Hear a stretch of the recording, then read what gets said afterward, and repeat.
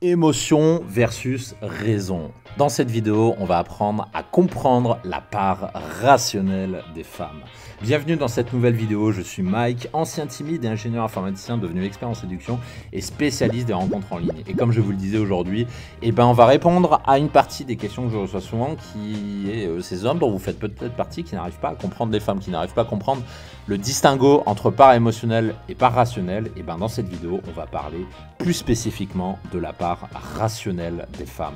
Avant de commencer, je vous conseille vivement, comme d'habitude, de cliquer sur la cloche pour vous abonner à la chaîne si ce n'est pas déjà fait et de vous rendre sur le lien en description pour recevoir gratuitement de nouveaux conseils en séduction que je ne donne pas sur YouTube. Et je vous invite également à visionner l'autre vidéo que j'ai fait sur la part émotionnelle des femmes où je vais vous donner quelques bases pour mieux comprendre les émotions chez les femmes, puisque dans cette vidéo, on va parler de la partie rationnelle que je vais plutôt appeler l'hypergamie, parce que l'hypergamie, c'est l'appellation finalement de la façon de penser des femmes d'un point de vue d'un point de vue rationnel. Donc qu'est-ce que l'hypergamie ?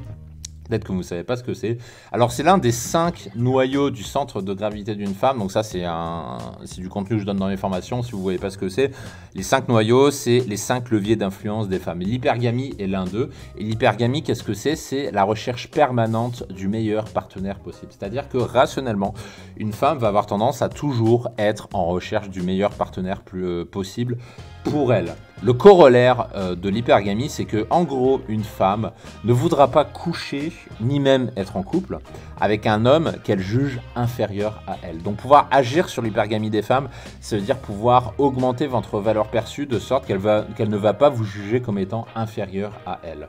Et cette possibilité de coucher avec elle ou pas, elle va avant tout se définir par sa propre valeur qu'elle s'attribue. C'est-à-dire si elle s'attribue la valeur de Miss France, ça va être très difficile. Par contre, si c'est une femme qui n'a pas confiance en elle, qui s'attribue une faible valeur, ça va être beaucoup plus simple. Et en gros, pour résumer, si je puis dire, l'hypergamie, c'est un score que va se donner une femme de 1 à 10. Donc, c'est pour ça qu'on peut parler de l'échelle hypergamique, c'est-à-dire imaginons qu'une femme se classifie, c'est une simplification encore une fois, les femmes ne se baladent pas avec un score dans la tête, hein, vous imaginez bien, mais imaginons qu'elle se situe à un niveau grosso modo de 8 sur 10. En gros, ça veut dire que tous les mecs qu'elle va juger en dessous de 8 sur 10, comme par exemple un homme 7,5 sur 10 qu'elle va rencontrer, elle ne fera rien avec, elle ne couchera pas avec et elle ne se mettra pas en couple avec parce qu'elle le jugera comme en dessous. Et je vous le dis tout de suite avant qu'on pose la question, le score hypergamique d'un mec, donc de 0 à 10, ne dépend pas de s'il est beau gosse ou s'il est riche ou pas. Ça, c'est des conneries qu'on entend beaucoup chez les MGTOW. Ça joue, évidemment, le physique joue, le niveau de richesse joue, mais c'est pas ça en soi qui fera que vous couchez avec elle ou pas. En tout cas, ça ne suffit pas. Donc le score d'hypergamie, comme je vous le disais, il se définit par la femme elle-même, selon plusieurs paramètres, comme par exemple, est-ce qu'elle est beaucoup sollicitée ou pas par des hommes, c'est-à-dire plus elle est sollicitée et plus elle va tendance à s'attribuer un score élevé. Est-ce qu'elle est conforme avec ce qu'on appelle l'inconscient collectif? L'inconscient collectif, c'est la moyenne de ce que voudraient être les femmes à un instant T d'une époque. Donc ça, c'est pareil, c'est du contenu de mes formations. Donc c'est-à-dire plus une femme va être proche de l'archétype de la femme parfaite, de la femme fatale, on va dire, et plus elle va s'attribuer un score élevé d'hypergamie. Donc c'est pour ça qu'une nana, par exemple, type Miss France, très fine, corps parfait, va s'attribuer un score très élevé, alors qu'une nana qui pèse 150 kg, ce ne sera pas forcément le cas. Ça dépend aussi de sa propre estime de soi, donc là, dépend de l'estime de la nana. Si elle a beaucoup d'estime d'elle, elle aura tendance à augmenter son score.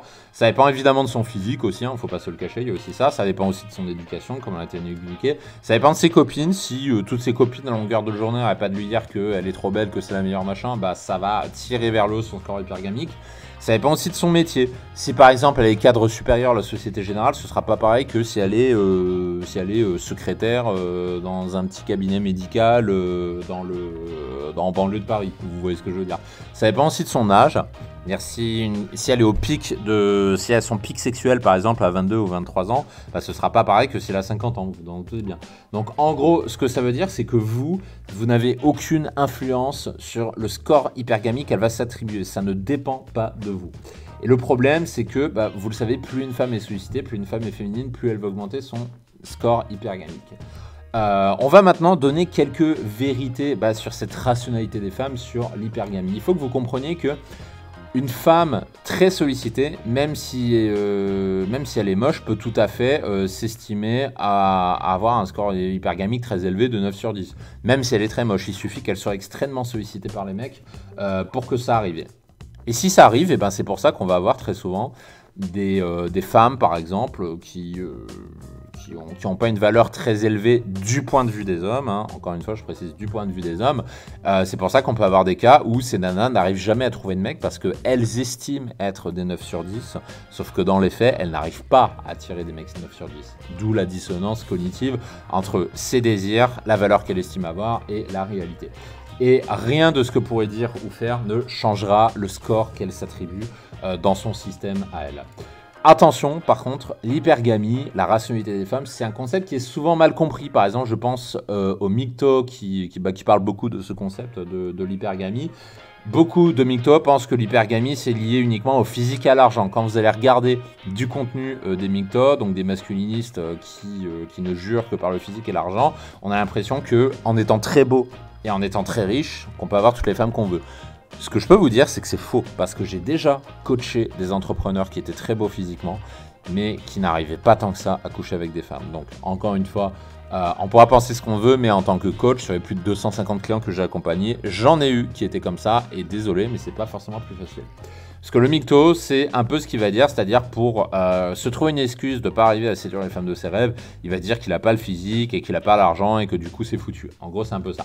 Mais l'hypergamie ne dépend pas du physique. Le physique compte, encore une fois, je ne dis pas que le physique ne compte pas, mais c'est pas le critère qui fera que vous coucherez avec ou pas. Parce qu'un ton peut tout à fait être sollicité par d'autres hommes et estimé être une 9 sur 10, tout comme une bombasse, vous pouvez rencontrer dans la vraie vie une bombasse qui va manquer cruellement de confiance en elle et qui va s'estimer être une 7 sur 10 et qui va sortir avec des hommes pas franchement canons. Donc en fait, la vraie variable, c'est pas votre physique ou l'argent, mais c'est ce score hypergamique qu'elle s'attribue. Parce que l'hypergamie, c'est l'un des 5 noyaux de ce que j'appelle le centre de gravité d'une femme, l'un des 5 leviers qui va influencer rationnellement ce que fait une femme. Et l'hypergamie est l'un de ces leviers d'influence. Donc l'unique solution, la seule qui fonctionne, c'est d'augmenter votre valeur pour essayer de passer au-dessus du score hypergamique de la femme que vous allez rencontrer et du coup à partir de là avoir possibilité d'y arriver sans devoir vous battre dans tous les sens pour y arriver. Donc ça, c'est ce qu'on appelle l'hypergamie des femmes et c'est ça la notion de rationalité chez une femme. Si vous souhaitez aller plus loin et notamment améliorer la gestion de vos émotions pour mieux réussir vos rendez-vous, je vous renvoie à cette formation qui s'appelle La Garçonnière, notamment les modules 2 et 5, où je vous apprends à aller plus loin pour coucher avec une inconnue dès le premier date en seulement 2 heures. Et vous allez voir que c'est pas très compliqué. Sur ce, je vous dis à très bientôt. Ciao, ciao.